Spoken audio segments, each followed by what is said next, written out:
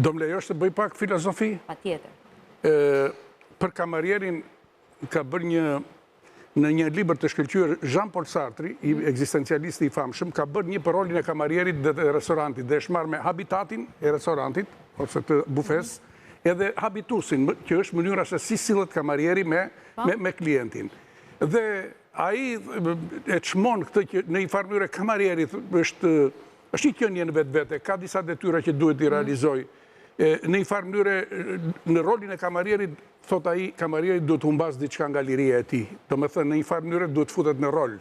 Dhe sepse, si thot një sociolog tjetër, Goffman, është thot që jeta vetë është një teatr, kudo dhe ambienti, habitati i restorantit, i bufes, kudo, është një teatr, ku ka aktorët e vetë, dy janë aktorët, klienti që vjen kërkon të konsumoj, dhe kamarieri që do t'i shërbej. Pra, ky teatri, ky habitati, ka rregullat e veta, që nga objektet e vendosur deri tek sistemi i komunikimit. Me kamarierin është e lidhur mënyra që quhet habitusi. Habitusi, domethënë mënyra se si ai ndërton sjelljen e tij. Dhe këtu natyrisht që ka kontradikta të caktuara. Është një gjë shumë interesante, ajo që thot Jean-Paul Sartre, kamarieri humbet diçka nga liria e tij.